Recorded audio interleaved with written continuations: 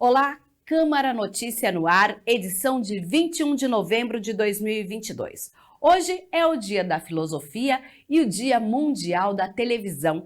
E você pode participar com a gente mandando a sua sugestão para a programação da TV Câmara Campinas. São diversos programas que vão até você. Para isso, basta mandar um WhatsApp no 19 97829 3776. O telefone aparece aqui no seu vídeo. Muitas informações no Câmara Notícia desta segunda-feira. Confira os destaques. Projeto de lei prevê mais transparência em emendas impositivas ao orçamento de Campinas. Em requerimento, o vereador questiona filas para cirurgias de catarata na saúde municipal. Câmara Notícia apresenta a série especial Rua de Histórias Negras. Hoje conheça a história da afrodescendência de Francisco Glicério. 20 anos da Lei da Consciência Negra em Campinas.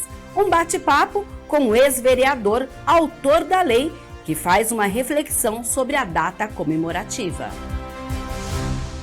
E neste domingo comemoramos o Dia Nacional da Consciência Negra. Em Campinas, a data foi incluída como feriado no calendário oficial do município em 2002, através da Lei 11.128, de 14 de janeiro, de autoria do ex-vereador Sebastião Arcanjo. E o repórter Michel Morim bateu um papo com o autor da lei, que fez uma reflexão desses 20 anos de consciência negra em Campinas.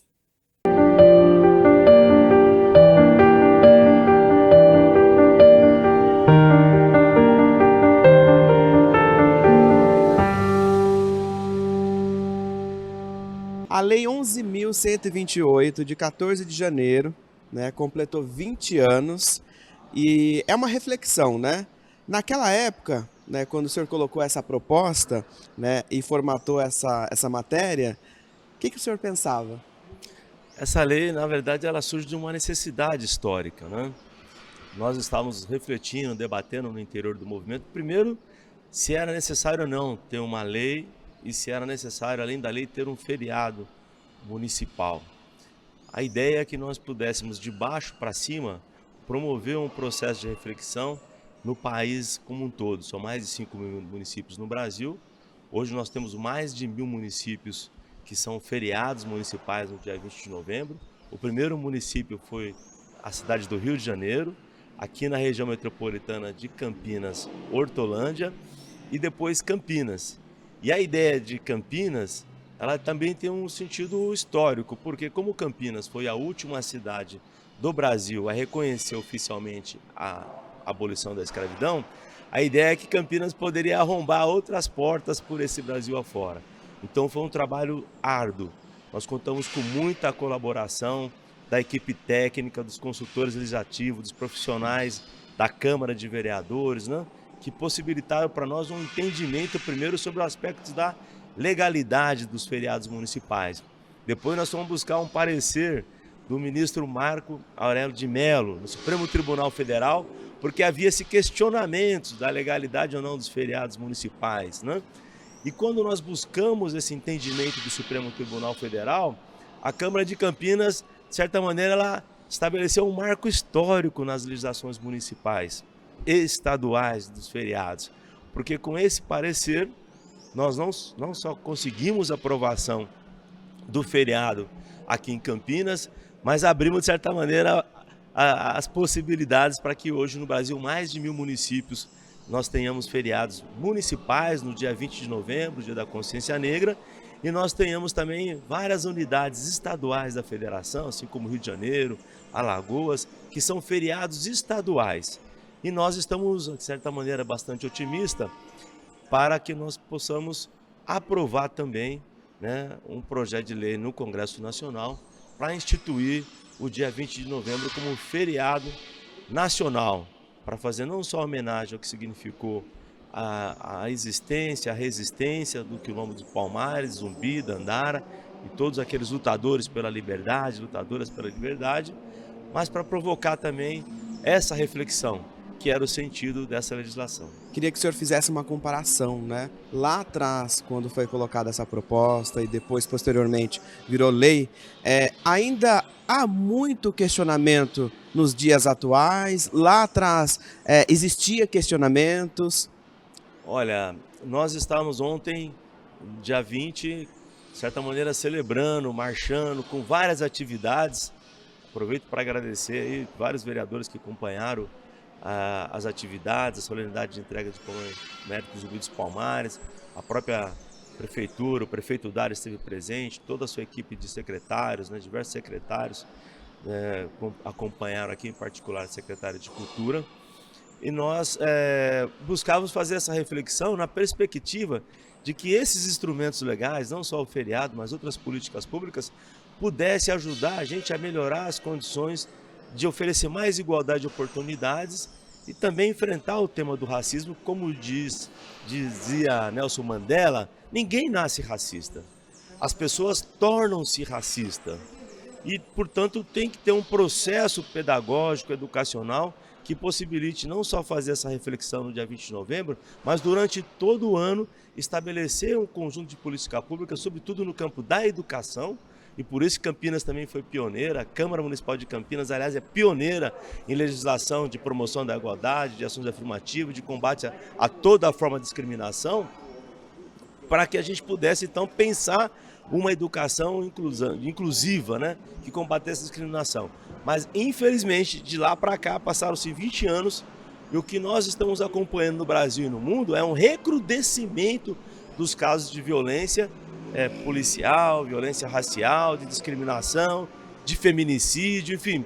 O mundo ficou pior. Não é que a gente não fez coisas necessárias, a cidade deixou de fazer coisas necessárias, mas o mundo passou a ter uma visão pior sobre o tema do racismo, da escravidão, da xenofobia e da intolerância. Então, essas chagas permanecem ainda muito presentes, é por isso que nós devemos continuar lutando e combatendo o racismo. E qual é a percepção do senhor?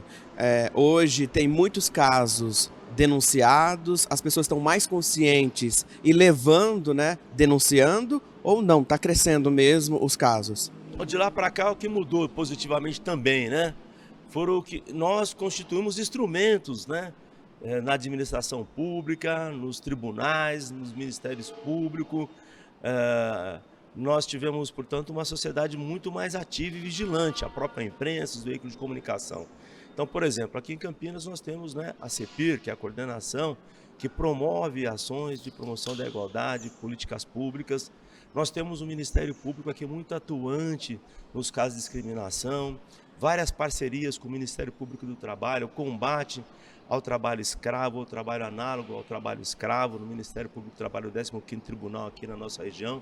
Nós temos um grupo de trabalho que reflete, portanto, no campo do judiciário, muito forte a presença dos magistrados, né, nessas nossas reuniões, nessas atividades. Nós temos também no âmbito da área da segurança pública, né, possibilidades de treinamento, aperfeiçoamento, diálogo permanente com as forças policiais e com as autoridades, sobretudo aqueles que a porta de entrada dos casos de racismo, que é as delegacias de polícia, os delegados, enfim, a escola de formação da Polícia Civil, abriu também a porta para que nós pudéssemos debater esse tema. Agora, nós estamos falando de 350 anos de escravidão no Brasil. É uma ferida muito profunda, que por mais que nós tenhamos tido avanços, e não foram poucos os avanços nesse último período, nós haveremos de fazer um combate de longo prazo para que práticas, posturas racistas deixem de ser ou de fazer parte da realidade, seja nas manchetes dos jornais, mas sobretudo o impacto físico, que quando nós estamos falando de violência, muitas vezes significa a eliminação física das pessoas. E no Brasil nós temos essa estatística, que são 23 jovens assassinados, um jovem negro de periferia assassinado a cada 23 minutos no Brasil, né? Nós temos muitos casos de intolerância religiosa, né? Sobretudo as religiões de matriz africana, são invasões de terreiro, invasões dos espaços sagrados, manifestações para as redes sociais, que é essa novidade das redes sociais, que também radicalizam esse debate. Então, é um período de avanço, de conquistas. Nós instituímos, inclusive aqui em Campinas, um sistema de cotas, né, para acesso aos concursos públicos do nosso município. Mas o que a gente tem acompanhado? É uma combinação de avanço, recuo, de retrocessos, que não é tarefa só da população negra enfrentar. Por isso que a gente está falando que nós estamos num momento de que, se você se incomoda, se você se indigna com qualquer tipo de discriminação, seja ela étnico-racial, seja ela uma discriminação de gênero contra a mulher, seja uma manifestação de homofobia contra as populações LGBTQIA+, se você se indigna contra uma manifestação de intolerância com uma pessoa que vive em uma situação de rua, você está do nosso lado. Por isso que nós falamos que a luta vai adquirindo um caráter antirracista. Ela transcende, portanto, os militantes, os lutadores históricos da causa do combate ao racismo. Ela atrai, ela puxa, ela sensibiliza e procura criar uma energia positiva, como diria Bob Marley, para que a gente pudesse, então, transformar isso numa agenda política para o Brasil, né? Envolvendo não só os negros, mas todos os homens e mulheres, independente da cor da tua pele, que lutam contra o racismo, com qualquer forma de discriminação e de preconceito. É disso que se trata, é isso que a gente está enxergando como grande desafio no próximo período. E recentemente o prefeito de Campinas, né, ele assinou um decreto, né, que amplia, né? Então a gente tem o Dia da Consciência e agora nós temos o Mês da Consciência. É um trabalho que é um trabalho diário, né? Não, é um trabalho que não fica só no dia, que fica só no mês, precisa ser falado todos os dias. Essa iniciativa, né, do prefeito Dario Saad, ela é muito importante, porque além de você ampliar as possibilidades de reflexão no mês de novembro sobre o Dia da Consciência Negra, ela também criou um instrumento que é o Fundo de Direitos Difuso, que vai ser gerido a partir de agora, com essa lei, esse decreto, pelo Conselho de Participação da Comunidade Negra de Campinas. Essa é uma vitória importante. Por quê? Nós tínhamos o espaço da punição. Quando a pessoa comete um crime de racismo, você abre um boletim de ocorrência, ela pode ser presa em flagrante delito, né? E ela, cabe à autoridade policial ali estabelecer uma fiança. Em alguns casos, ele estabelece uma fiança irrisória para aquela pessoa e ela vai para casa como se nada tivesse acontecido. Então, a prisão é necessária, mas entendemos que ela é o recurso que deveria ser o último instrumento. O processo pedagógico deveria ser o primeiro instrumento. O processo da punição econômica, né, deveria ser um segundo instrumento. E agora, com essa lei assinada pelo prefeito Dario Saad, nós vamos poder também mexer no bolso daqueles que praticam o ato de racismo.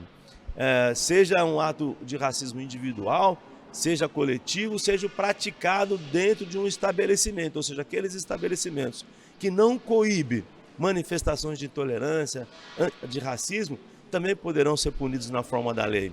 E esse fundo vai poder também receber recursos de programas, recursos orçamentários, para que nós possamos ampliar a luta de combate ao racismo, colocando, o que a gente fala, ações concretas, instrumentos concretos, que às vezes toca no bolso das pessoas que cometem atos de racismo e que muitas vezes vão parar nos tribunais, depois de uma longa demanda no judiciário brasileiro, tem aumentado os casos de condenação, mas eu entendo que esse deveria ser o último caminho, né? Não o caminho inicial. O caminho inicial é fortalecimento das políticas públicas no campo da educação, no campo da saúde, no campo da cultura, no campo do saneamento, no campo da renda, né?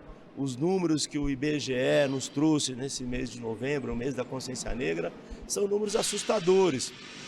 Nós tivemos avanços, né? Então a lei de cotas possibilitou a inclusão de muitos, milhares de jovens negros e negras, pobres e carentes, nas nossas universidades públicas, que são centros de excelência. Agora, não é razoável que o mesmo jovem que frequenta a USP, a Unicamp, uma universidade federal, receba um salário menor de um aluno não negro quando ocupam a mesma atividade, uma mesma função. Então, o engenheiro preto não pode ganhar menos que o engenheiro branco. Mas é um caso, não é exceção, é a regra. Se fosse exceção, nós podíamos discutir, será que ele tem um talento, alguma coisa adicional? Mas quando a média significa 36% a menos recebe um negro numa mesma posição. Quando nós temos nas empresas menos de 5% de homens e mulheres ocupando cargos de chefia, de direção nas empresas, alguma coisa está errada no sistema. Então é preciso políticas públicas, metas concretas, que permitam uma maior mobilidade nessas carreiras. Não pode o destino da população negra e afrodescendente no Brasil ser o futebol, por mais que nós gostamos de futebol, como nós estamos agora na época de Copa do Mundo, ver uma seleção com mais de 50% de negros jogando no futebol. Nós já provamos que nós temos muito talento no futebol brasileiro. Mas também não pode ser só o samba, né? Porque as pessoas precisam entender o seguinte, tem gente hoje se recusando a ser atendida num hospital por um médico ou uma médica negra. Porque quando ele chega no hospital e se depara com um médico ou uma médica negra, no melhor cenário ele acha que é enfermeiro. Se tiver sem avental, ele vai achar que é a segurança ou faxineiro. Quando ele se depara com uma pessoa negra no supermercado, se ele está em dúvida de algum produto, ele vai perguntar para o negro, olha, você trabalha aqui, eu queria saber quanto custa esse negócio aqui. Ele não pergunta, você está fazendo compra aqui? Se for uma loja de carro, uma loja de produtos de luxo, isso fica mais gritante ainda, né? O processo, então, porque está introjetado, isso que nós chamamos de preconceito. E ele se manifesta através do ato discriminatório, que, como disse, em determinadas circunstâncias, chega à eliminação física das pessoas, sobretudo dos nossos mais jovens. Então é disso que se trata, é constituir um conjunto de políticas públicas que hoje transcende o papel do Estado brasileiro, seja da Prefeitura, do governo estadual, do governo federal, das nossas universidades. Isso é um desafio também das empresas privadas. Então a gente foi mergulhar lá atrás, fomos beber na fonte do próprio movimento negro, da Frente Negra Brasileira, na década de 30, das conferências organizadas pelas Nações Unidas. A Conferência de Durban acabou consolidando esse conjunto de instrumentos para promover o quê? O que nós chamamos de reparações. Reparações econômicas, reparações de políticas compensatórias, né? E políticas de ações afirmativas que tem nas cotas um elemento estratégico. Por isso que nós estamos lutando duramente, em 23, esse vai ser o grande debate, para que nós possamos manter essa política de cotas nas nossas universidades públicas, para que ela possa ter a cara do Brasil. Se a seleção brasileira tem a cara do Brasil, as universidades públicas, os espaços públicos precisam também expressar essa diversidade étnica, cultural, religiosa, né? Valorização dos nossos povos originários, nossos povos indígenas, para a gente poder, portanto, resgatar o que significou 350 anos de escravidão no Brasil, o que significou para nós o último país do mundo a abolição da escravidão, e o que significou para nós Campinas, com toda a sua pujança, ser a última cidade do Brasil a reconhecer oficialmente o fim da escravidão. A Câmara de Campinas está dando uma resposta concreta, continua essa nossa alegria, né? Nesses últimos anos, a Câmara de Campinas promoveu um conjunto de legislações, de instrumentos, né, legais, que possibilitam a aplicação de políticas, de medidas de ação afirmativa que vão seguramente provocar mudanças, sobretudo para as próximas gerações.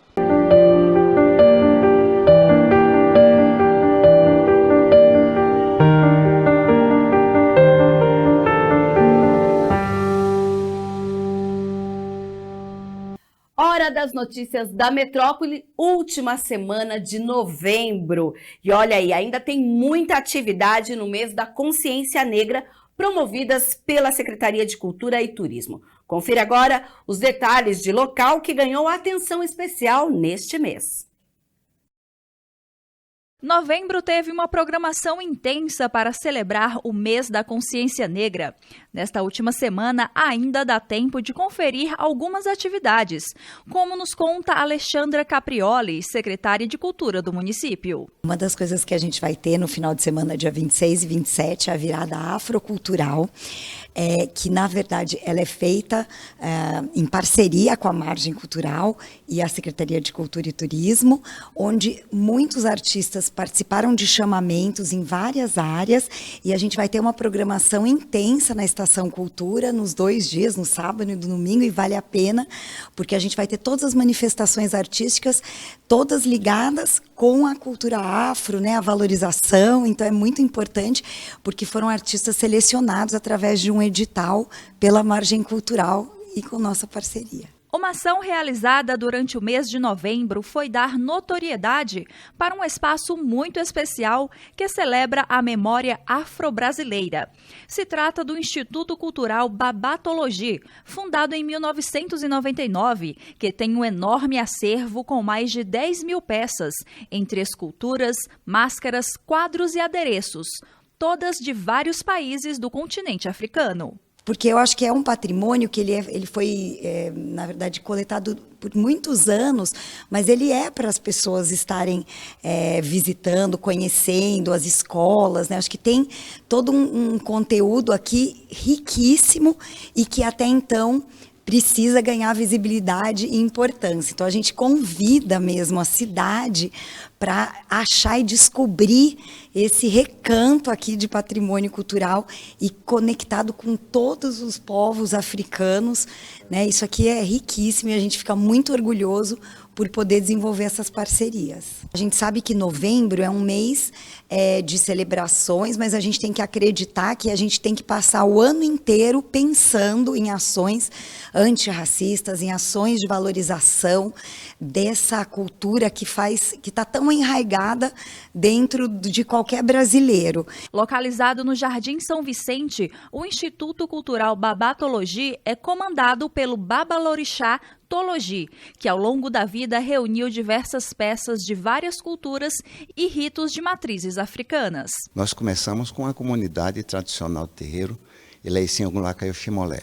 Daí gerou, em parte de 78, mais ou menos, findamos tendo uma ideia de fundar um museu para abrigar o acervo de peças africanas, que eu venho adquirindo desde essa época.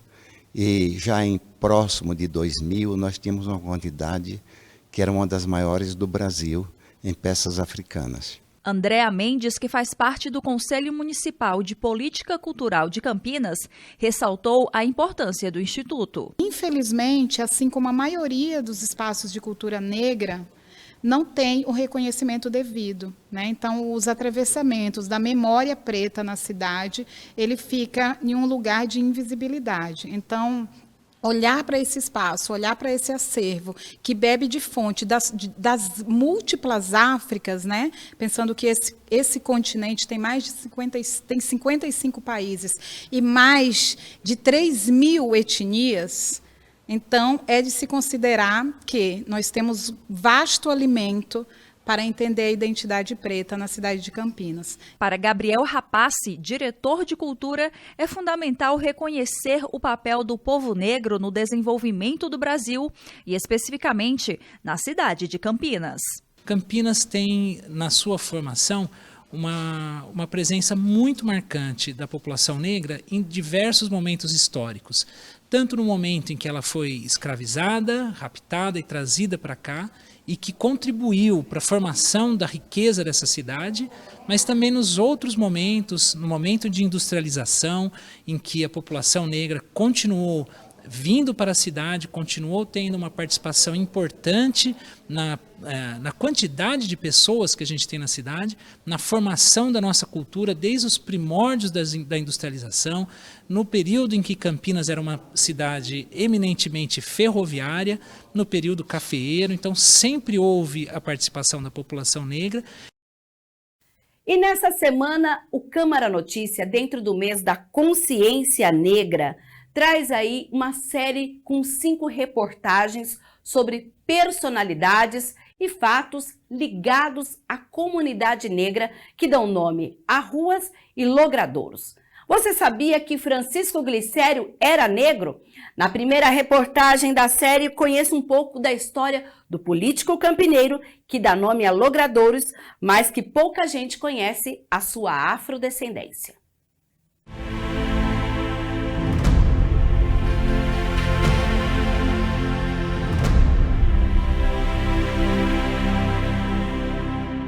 Trânsito intenso. Para quem vem ao centro de Campinas, é quase obrigatório passar por algum trecho dessa via, que tem 2,350 km. Já se chamou Rua do Rosário, mesmo nome da igreja que ficava onde hoje é o Fórum da cidade. Começa na Rua da Abolição, no bairro Ponte Preta, terminando na Avenida Barão de Itapura, no bairro Guanabara, apesar de o trânsito fluir no sentido oposto. Traz o nome de alguém que nasceu aqui e que foi uma das personalidades mais importantes da história do início da República no Brasil. Francisco Glicério Cerqueira Leite, filho da ex-escrava Maria Zelinda Conceição Cerqueira e de Antônio Benedito de Cerqueira Leite, uma das mais tradicionais e antigas famílias paulistas.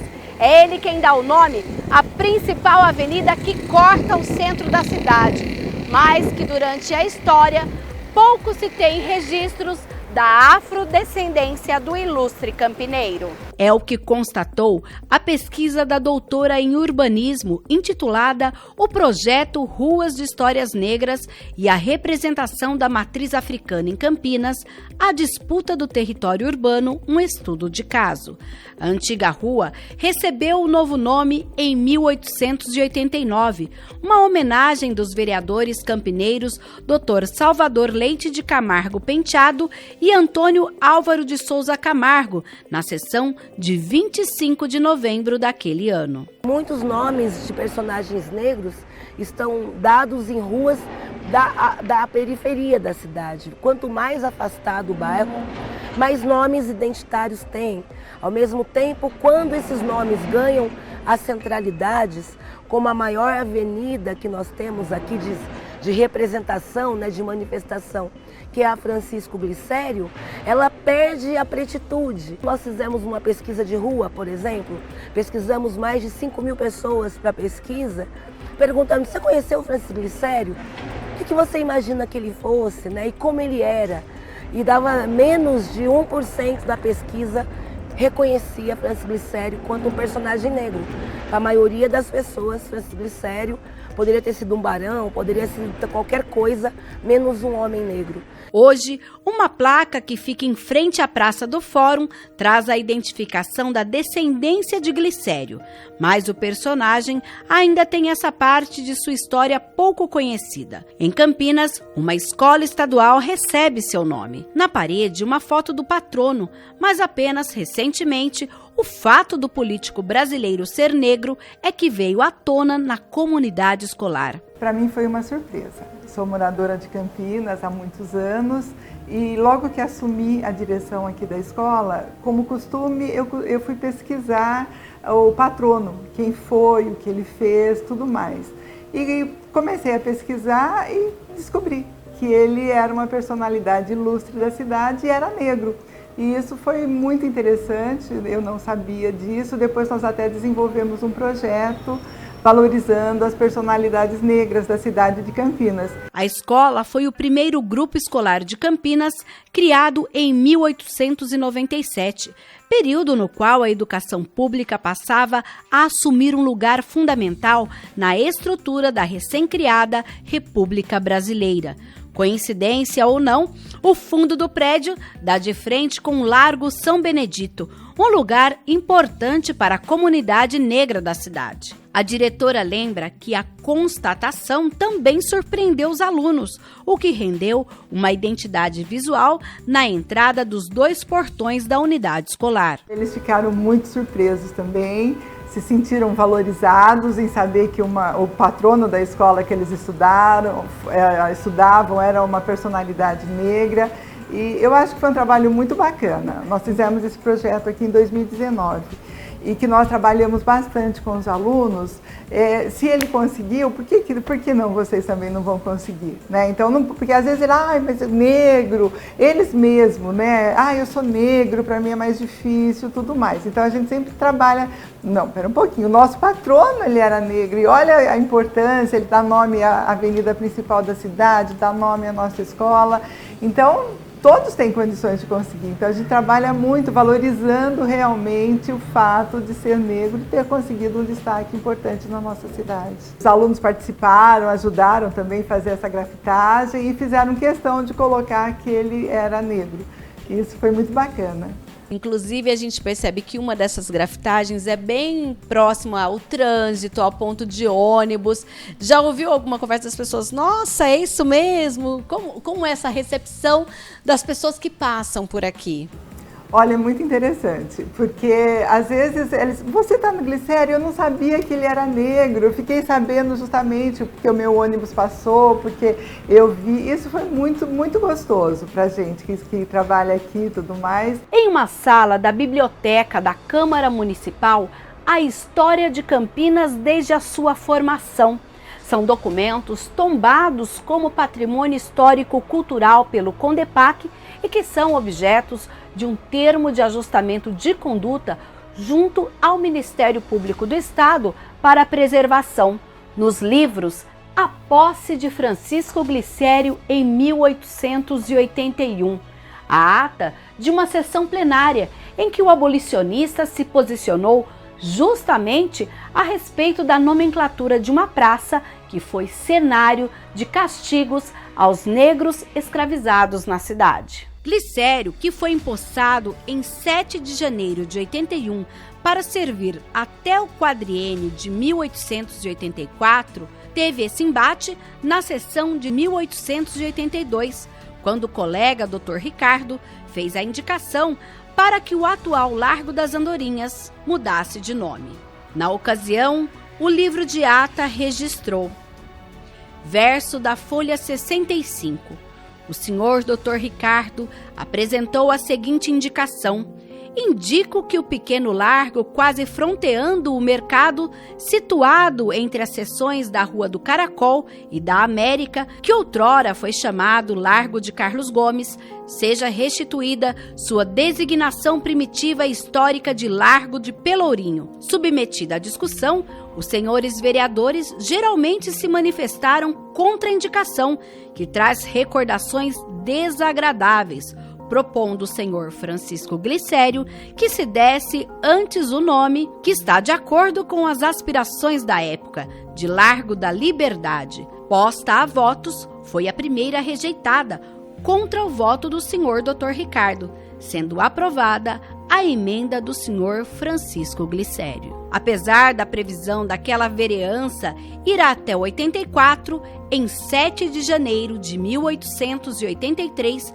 a Câmara de Campinas tem uma nova formação, desta vez sem Glicério.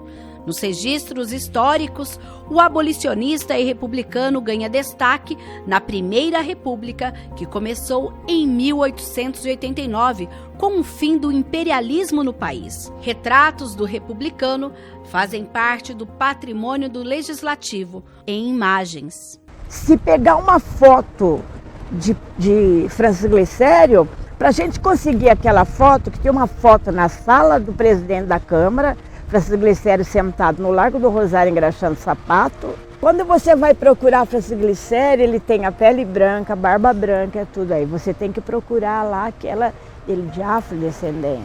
Fundador do PRP, o Partido Republicano Paulista, foi ministro da Agricultura, senador, era o general das brigadas, patente concedida no governo provisório. Em 1915, a Câmara recebeu a inauguração de uma obra de óleo em tela de Glicério, que já era senador, e informou em telegrama ao então prefeito Dr. Heitor Penteado que não poderia comparecer ao evento em sua homenagem, pois estava doente.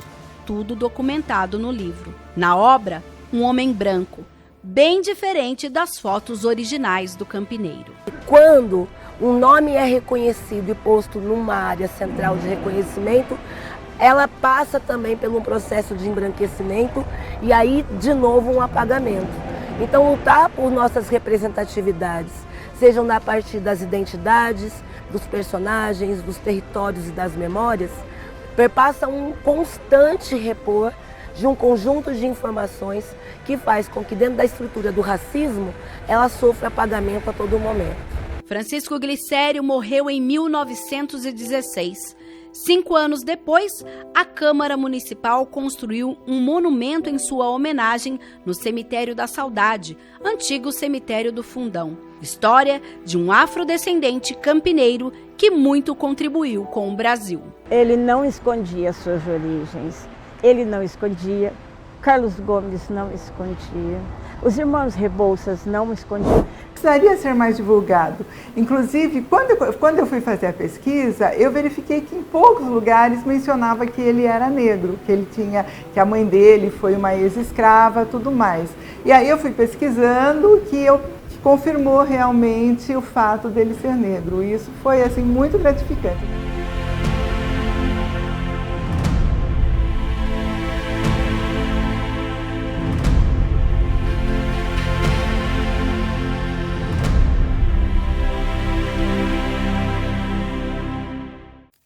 Vamos falar de emprego aqui na nossa região? Com a proximidade do Natal, surgem boas oportunidades para quem está à procura de uma colocação no mercado de trabalho, devido à abertura de vagas temporárias no comércio. Em Campinas, o Iguatemi Campinas e o Galeria Shopping estão com diversas oportunidades. Confira!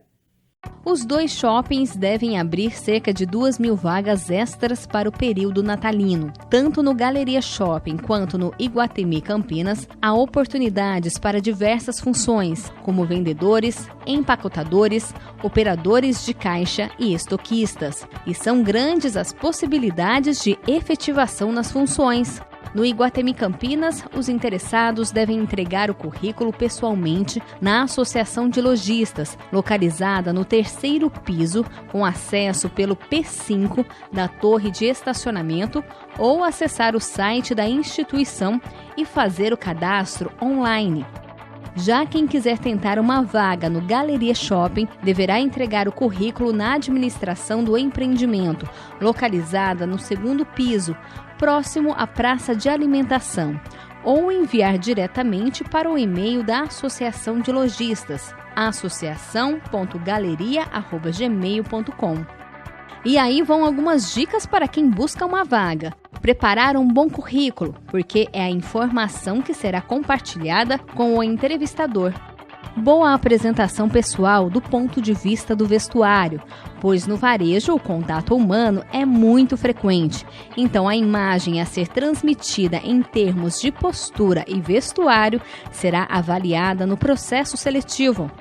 Pesquisar antes sobre a empresa que está oferecendo a oportunidade, buscar informações sobre a função e os produtos que aquela empresa vende. Isso pode ser um diferencial, porque os entrevistadores costumam fazer dinâmicas em grupo e o conhecimento prévio pode fazer com que um candidato se destaque em relação a outros. E depois de conquistar a vaga, o funcionário precisa se atentar a alguns pontos para obter bons resultados e se sair bem. Ser atencioso, ter postura e educação, se relacionar bem com outras pessoas, ter afinidade com o produto que vai vender e trabalhar, colaborar para uma boa experiência de compra, não induzir o cliente a uma compra equivocada, da qual ele se arrependerá no futuro.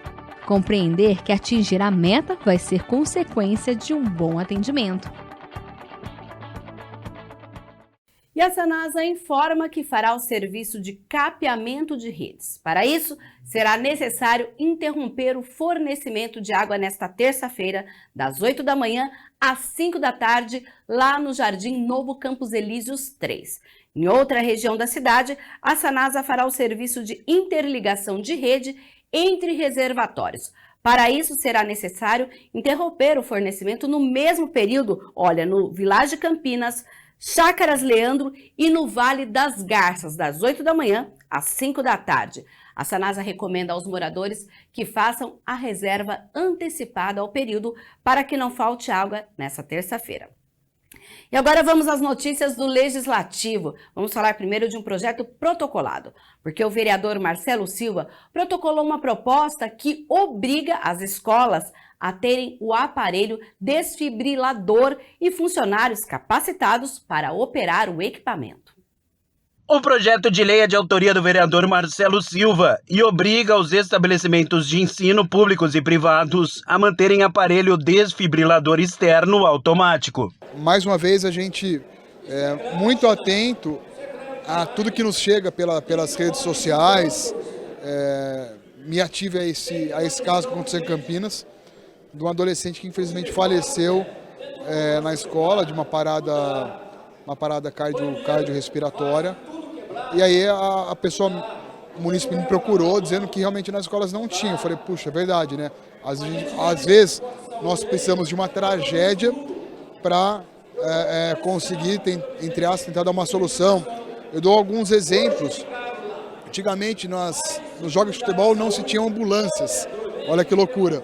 E numa escola, no ambiente escolar, em que se tem muitos alunos correndo, né? A gente não sabe a condição, obviamente, de saúde, muito embora os pais, né, cuidem das crianças, mas a gente não sabe como está a saúde de cada criança no ambiente escolar. Então, nada mais justo que ter esse aparelho, né, o desfibrilador nas escolas. A finalidade é proporcionar segurança aos estudantes e professores para que não sejam vítimas de fibrilação ventricular cardíaca e, consequentemente, morte súbita. Ambiente escolar com muitas crianças, pátio, correria, aula de educação física, né? Muitas vezes é uma intervenção que pode salvar a vida. E se a gente salvar uma vida, a gente já está muito feliz. O projeto prevê ainda que as instituições de ensino deverão manter em suas dependências técnicos e funcionários devidamente capacitados para a operação do equipamento. E treinar alguns profissionais para que eles tenham a capacidade para usar. Dou um exemplo também de uma lei que surgiu de minha autoria, que é a Lei Lucas, né, que são os primeiros socorros, que hoje existe um treinamento tanto dos professores quanto dos monitores, que muitas vezes num caso de engasgo, o professor simplesmente faz, né, o primeiro socorro e consegue salvar uma criança. Então, são casos assim que a gente vai ficando atento, a gente vai tentando evitar tragédias. Por meio de um projeto de lei, o vereador Igor Diego quer mais transparência nas emendas impositivas. Confira. O vereador Igor Diego protocolou o projeto de lei que obriga o Executivo a dar transparência pública às emendas impositivas, a lei orçamentária anual que forem aprovadas pela Câmara Municipal. A Câmara Municipal aprovou, recentemente, no ano de 2021, a lei que, a partir de agora, os vereadores vão poder indicar as emendas, chega mais ou menos a 1,2% do orçamento do município. É uma quantia bem considerável. E o que nos motivou a lei de transparência é o respaldo, até mesmo da lei de transparência que já foi aprovada no Congresso Nacional. Então nós queremos que a população que queira saber como o parlamentar, o vereador indicou, ele possa ter acesso em algum local para acompanhar a destinação desse valor. No documento protocolado, o parlamentar ressalta que as informações devem ser escritas de forma de fácil compreensão, clara e objetiva, e serem atualizadas periodicamente no portal da transparência ou no site oficial da Prefeitura. Além disso, elas devem ser encontradas de forma prática, para que o conteúdo seja acessado da forma mais rápida possível. Essa lei vai deixar claro para cada cidadão de Campinas como aquele vereador está utilizando essa lei a favor da própria comunidade. É um portal de transparência que a população vai ter um ganho e o vereador também. O vereador que quer fazer um trabalho sério, indicar sua emenda para ajudar projetos sérios, também vai poder usar isso a seu favor. A Lei Orçamentária Anual, LOA, é a lei elaborada pelo Poder Executivo que estabelece as despesas e as receitas que serão realizadas no próximo ano. O vereador se mostrou muito positivo para a aprovação do projeto. O projeto foi apresentado recente, essa semana, então vai ter toda a tramitação ainda na casa, mas a expectativa é muito positiva. Haja vista que nos últimos anos os projetos de lei de transparência têm sido os que mais têm tido repercussão e o anseio da comunidade. Na reunião ordinária de número 40, a Viviane Novaes conversou com o vereador Eduardo Magoga, porque é dele o requerimento que questiona o Executivo sobre as cirurgias de catarata. Vamos entender o motivo na reportagem. O requerimento é do vereador Eduardo Magoga e trata sobre questionamentos relacionados à área da saúde dos olhos. Mais especificamente sobre catarata, doença que, se não for tratada da forma certa e com agilidade, pode levar a pessoa à cegueira. Por isso, Eduardo Magoga questiona o Executivo. Ele quer saber se na cidade existem filas de pessoas aguardando por cirurgias. E várias são as perguntas como: quais as providências que estão sendo tomadas para diminuir as filas de cirurgia para catarata, se existe algum convênio ou chamamento público para a contratação deste trabalho. Em caso positivo, qual a contratada? Qual o valor da contratação? Os itens e atendimento que estão sendo contratados. Número de pessoas aguardando consulta para encaminhamento de cirurgias. Quantas pessoas já estão esperando por uma vaga? Eu tenho cobrado a Secretaria de Saúde para saber como é que está o andamento disso. Porque agora, com as emendas impositivas nossas, nós podemos aumentar o número do recurso para as operações e ajudar a diminuir cada vez mais. Mas eu preciso de ter um parâmetro de como isso está.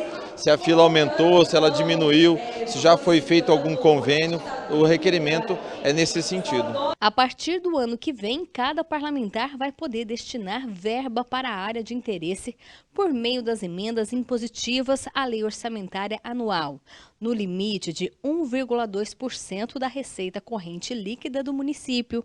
Por isso, os questionamentos do parlamentar. Eu costumo dizer o seguinte: quando você volta a enxergar, é como se você estivesse tendo a segunda chance de viver, porque você passa a fazer os seus afazeres sem depender das pessoas. Então eu vejo aí com bons olhos essas emendas impositivas e até emendas de outros deputados, para que a gente possa realmente reduzir a fila dessas operações que são muito importantes para eles. E hoje é dia da 43ª reunião ordinária.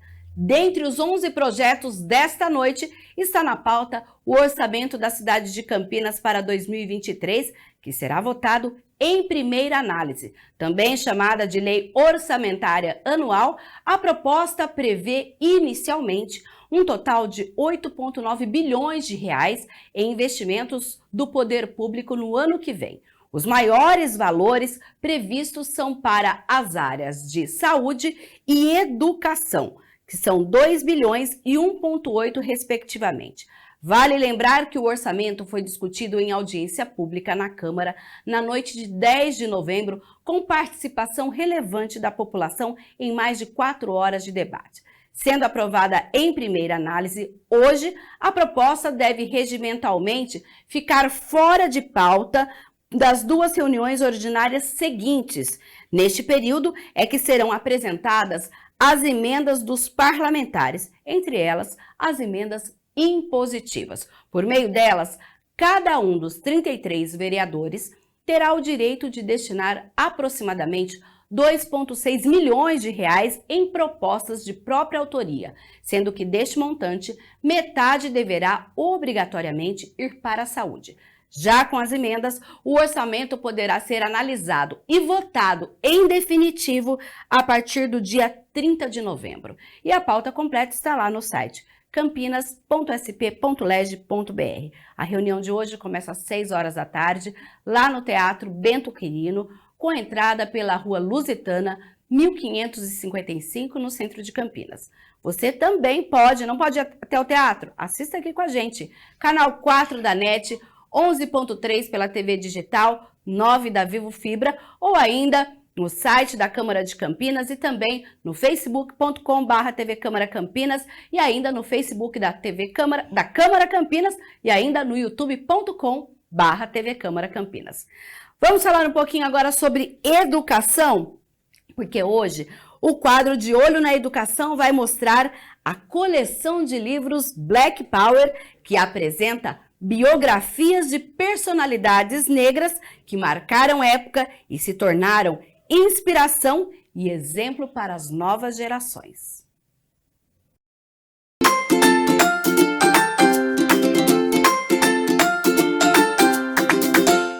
Bom, é o quadro De Olho na Educação e olha só que bacana, hoje a gente vai falar sobre a coleção Black Power.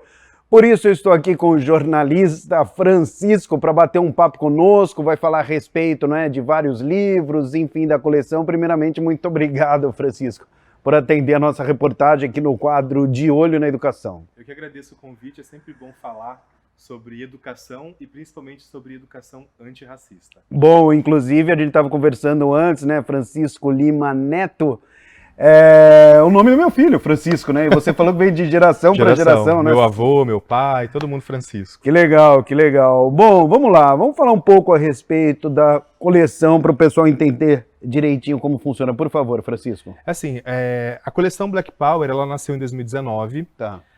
Veio de uma família aqui de Campinas que já tem um sebo há mais de 30 anos, então é uma família de livros, de pessoas que trabalham com livros. E o Pedro, que é o dono da editora, o CEO, ele sempre teve essa intenção de criar alguma coisa que pudesse ter um impacto na sociedade e pudesse mudar isso que está colocado, essa questão do racismo, desse preconceito racial. A gente sabe que as pessoas adultas, elas podem mudar, elas podem ser trabalhadas, mas a resistência é muito maior, é um pouco mais difícil.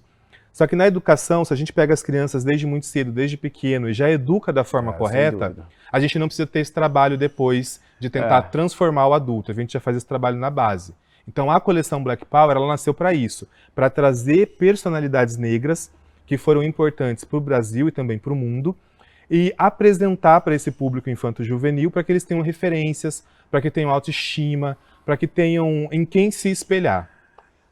Pois é, você citou uma coisa aí muito importante, Francisco, que é o fato de fazer com que as crianças de hoje já cresçam, não é? Com essa mentalidade, para que não haja a necessidade de fazer muitas vezes o que é feito hoje, que é tentar corrigir, né? Então, eu achei muito interessante. Gostaria que você falasse um pouco mais sobre isso. O adulto, ele já tem uma base, ele já tem uma formação, sem dúvida, ele já tem uma vivência. Para a gente conseguir fazer uma transformação é muito mais complicado. Com certeza. Um exemplo bobo, a gente já tem uma base alimentar. O médico fala, você precisa emagrecer, você precisa mudar a sua dieta. Para começar a comer salada com frango é difícil, né? É uma dificuldade a gente mudar a dieta, que é uma coisa mais simples, é só mudar a alimentação. A gente já tem dificuldade. Se você cresce comendo assim, entendi. Agora legal. Imagina mudar o pensamento, mudar a sua base do que você pensa a respeito dos negros, da sua formação a respeito das pessoas negras. E também a própria formação da pessoa negra, que muitas vezes cresce sem ter referência nenhuma. Ela cresce sem base, sem saber quem foram seus antepassados. A gente negro, os negros vieram escravizados para o Brasil e a história foi toda apagada. Então, geralmente, a gente conhece só até a nossa 2 gerações acima, os nossos avós.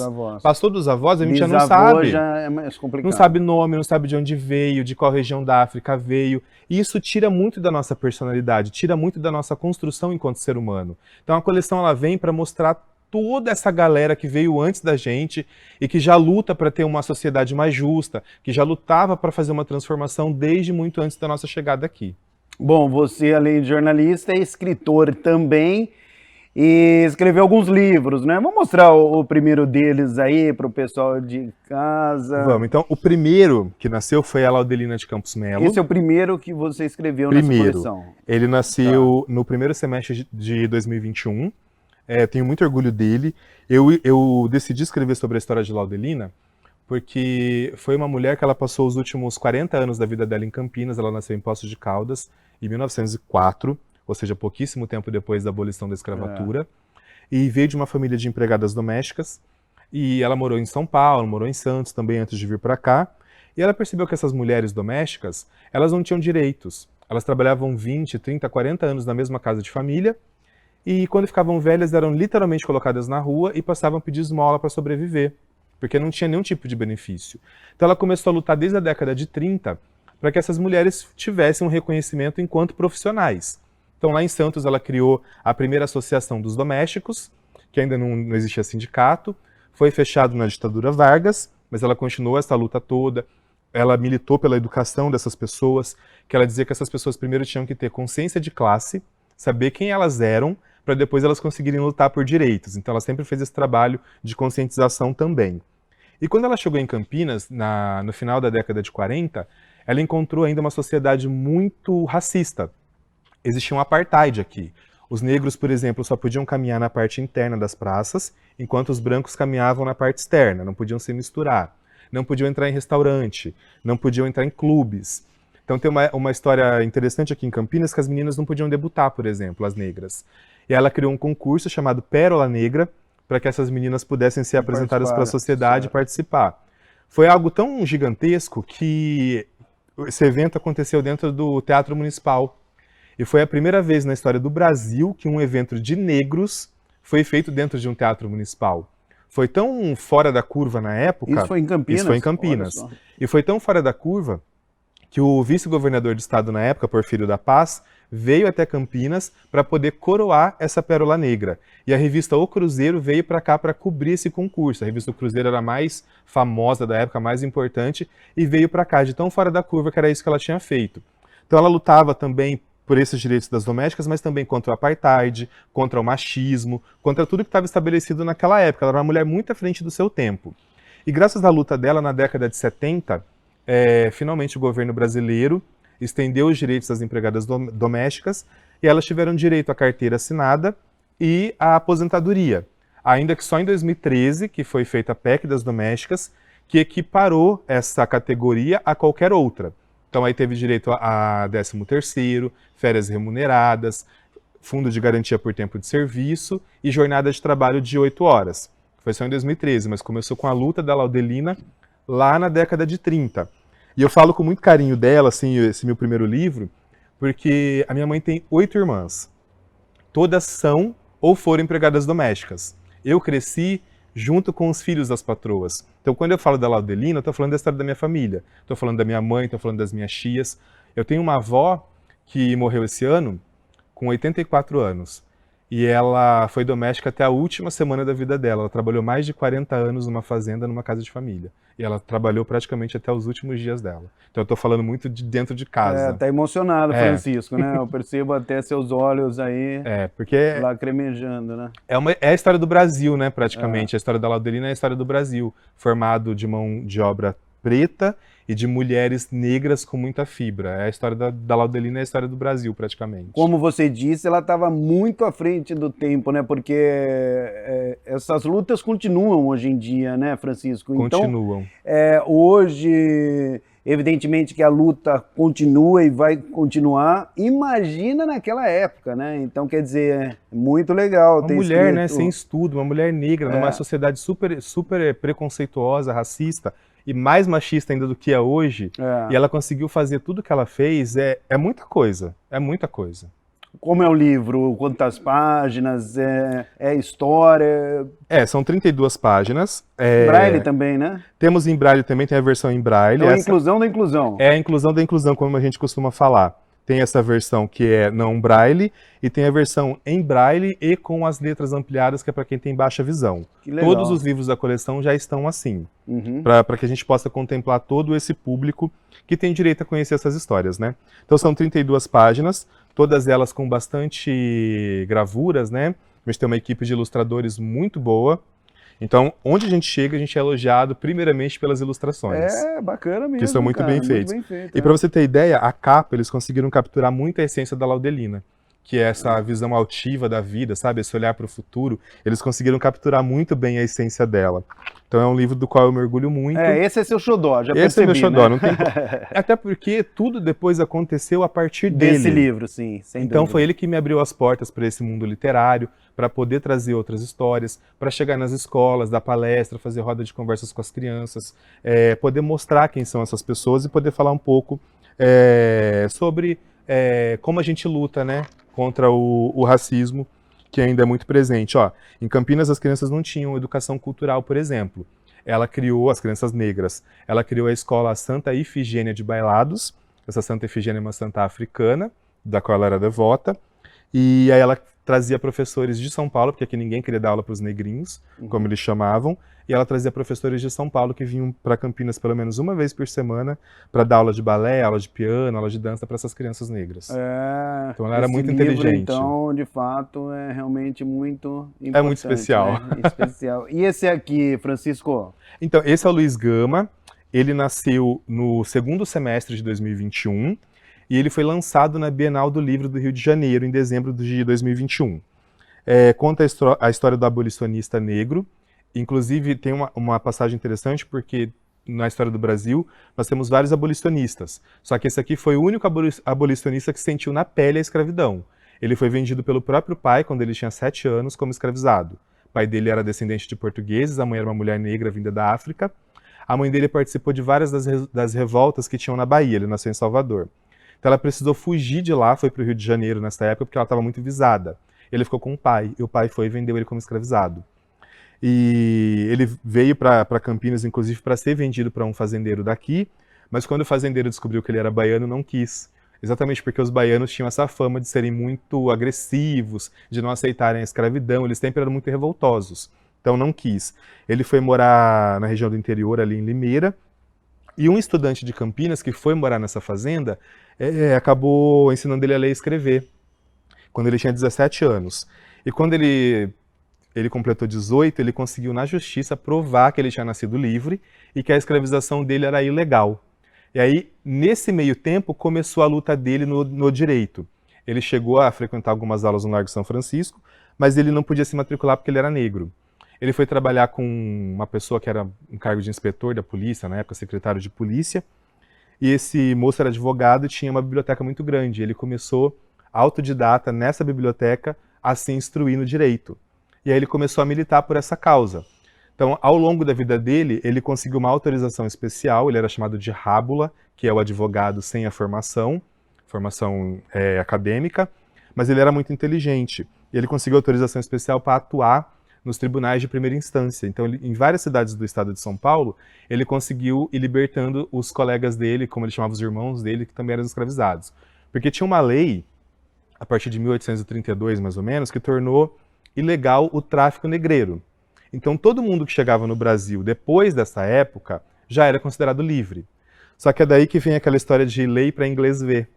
Porque era uma exigência da Inglaterra, só que ninguém cumpria. Entendi. Depois que veio a lei, muito mais escravizados chegaram ao Brasil. E aí, ele usando essa lei da época, ele começou a libertar os irmãos negros escravizados.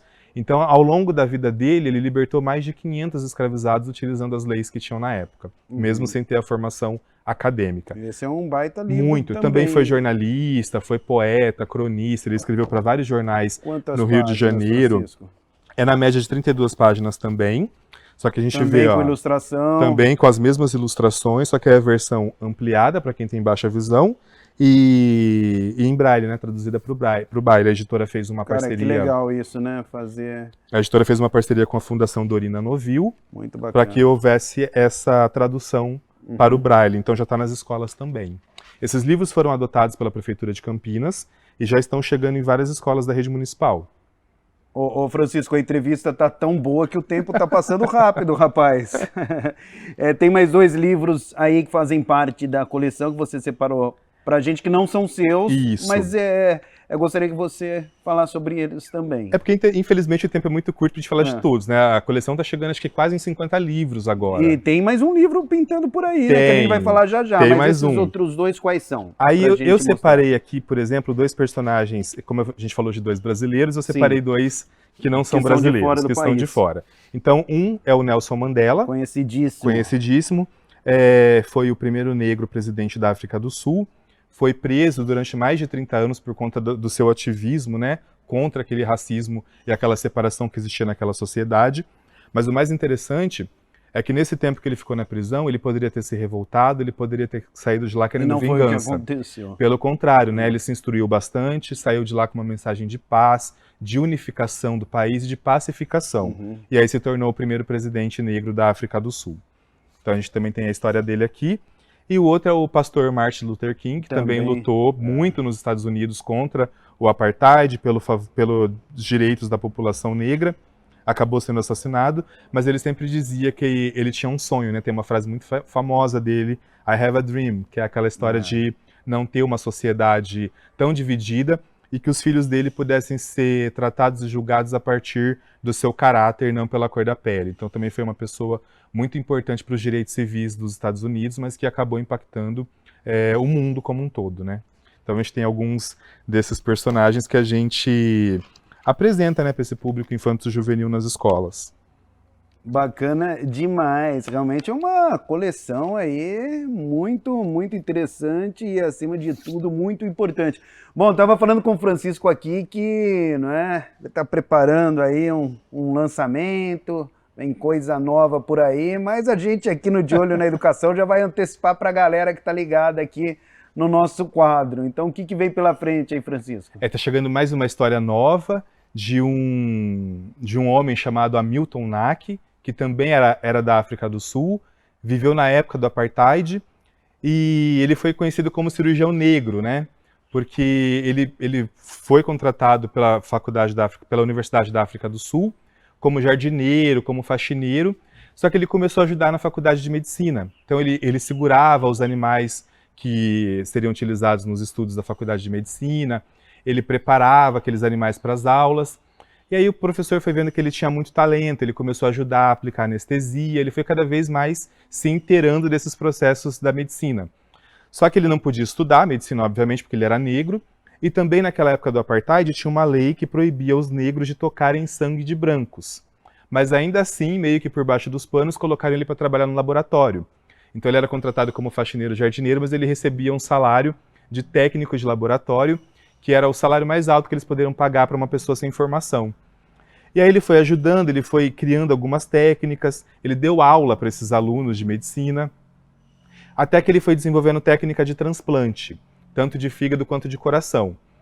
A história dele é um pouco complexa, ele teria participado do primeiro transplante de coração bem sucedido do mundo, porque a técnica foi ele que inventou na década de 60, ele teria colhido o coração do doador, para que depois o médico implantasse no receptor.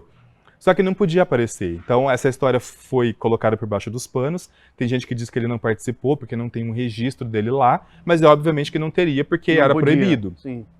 Mas o próprio médico que trabalhou com ele disse que ele era muito talentoso, mais talentoso do que o próprio médico. Então o médico dizia que se ele tivesse tido a oportunidade de estudar, ele teria sido muito melhor do que ele. E com o fim do Apartheid, a história dele veio à tona, e ele recebeu várias homenagens, ele recebeu o título de doutor honoris, ele tem algumas alas da universidade lá da África do Sul registrada com o nome dele em homenagem, tem praça pública em homenagem a ele. Então é uma história meio ainda que complexa, mas que está registrado que ele tem essa participação nesse primeiro transplante de coração bem sucedido do mundo. Quando vai ser lançado esse livro? Esse livro provavelmente ele vai ser lançado agora em novembro, no finalzinho de novembro, na Feira Internacional do Livro de Paraty, que eu também vou participar agora.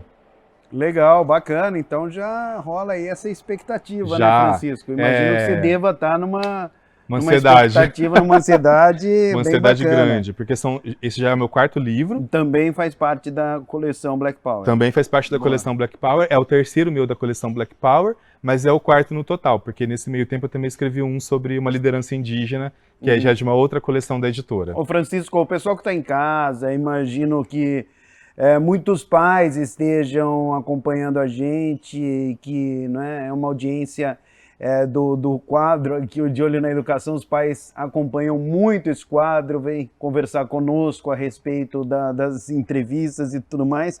E certamente muita gente está se interessando aí pelos livros, não é? Como é que faz, cara, para comprar? É só em escola? Como é que é? Não, a gente tem direto no nosso site, estão todos os livros lá disponíveis. editoramostarda.com.br. editoramostarda.com.br. Isso, todos os livros estão lá disponíveis, inclusive esses que estão em braille.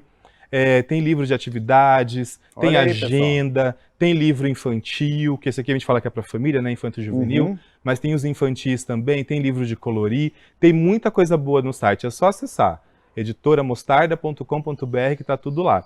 E algumas prefeituras também que já está sendo adotado, né? Rio de Janeiro já colocou alguns desses títulos nas suas escolas municipais, Campinas também. Então, aos pouquinhos a gente está conseguindo chegar no nosso público-alvo, que são essas crianças, para a gente trazer, né, esse empoderamento para as crianças negras e mostrar também para as crianças que não são negras que nós somos todos iguais e que os negros têm uma contribuição muito importante para a construção do nosso país. Olha, a entrevista foi realmente sensacional, não é? O Francisco é jornalista, essa facilidade impressionante de falar, né? Trabalhou em rádio, hoje trabalha em jornal impresso. Jornal né? impresso hoje, isso mesmo. Boa, boa. E o que eu mais gostei da entrevista, né? Tanta coisa legal aqui, os livros, conteúdo, foi aquela frase que você falou no início para a gente cuidar de como as crianças vão crescer hoje, né? Exatamente. Para não ter que corrigir como é feito hoje em dia, né? Para não ter que corrigir no futuro, né? Já trazer desde a base. Já crescer com uma mentalidade diferente, Exatamente. Né? A gente tem que criar o ser humano que a gente quer deixar para o nosso mundo, né? Valeu, nesse mês de novembro, mês importante, o seu recado final aqui no quadro De Olho na Educação, Francisco. Então é isso, eu quero que vocês conheçam a nossa coleção, que vocês possam conhecer esses personagens que ainda, infelizmente, muita gente não conhece, que ficaram invisibilizados. O nosso papel é esse, é trazer essas pessoas de volta à luz, para que mais gente possa conhecer, para que mais gente possa se inspirar e levar essa mensagem cada vez mais longe. Né? Boa, e meu filho que é Francisco, se inspira em você, quem sabe, né? Eu fico muito feliz. Valeu, obrigado. Obrigado. Bom, pessoal, eu sou o André Aranha, já sabe, né? Tô sempre de olho na educação. Tchau.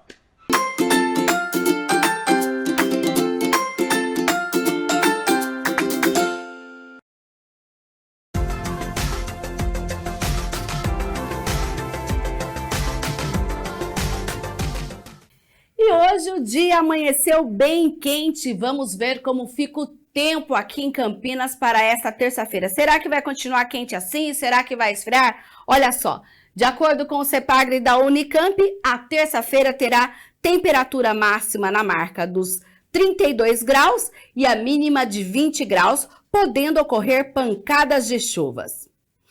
E pelo jeito, o calor continua nesta terça-feira, então, hein? E a gente fica por aqui. Até um próximo Câmara Notícia.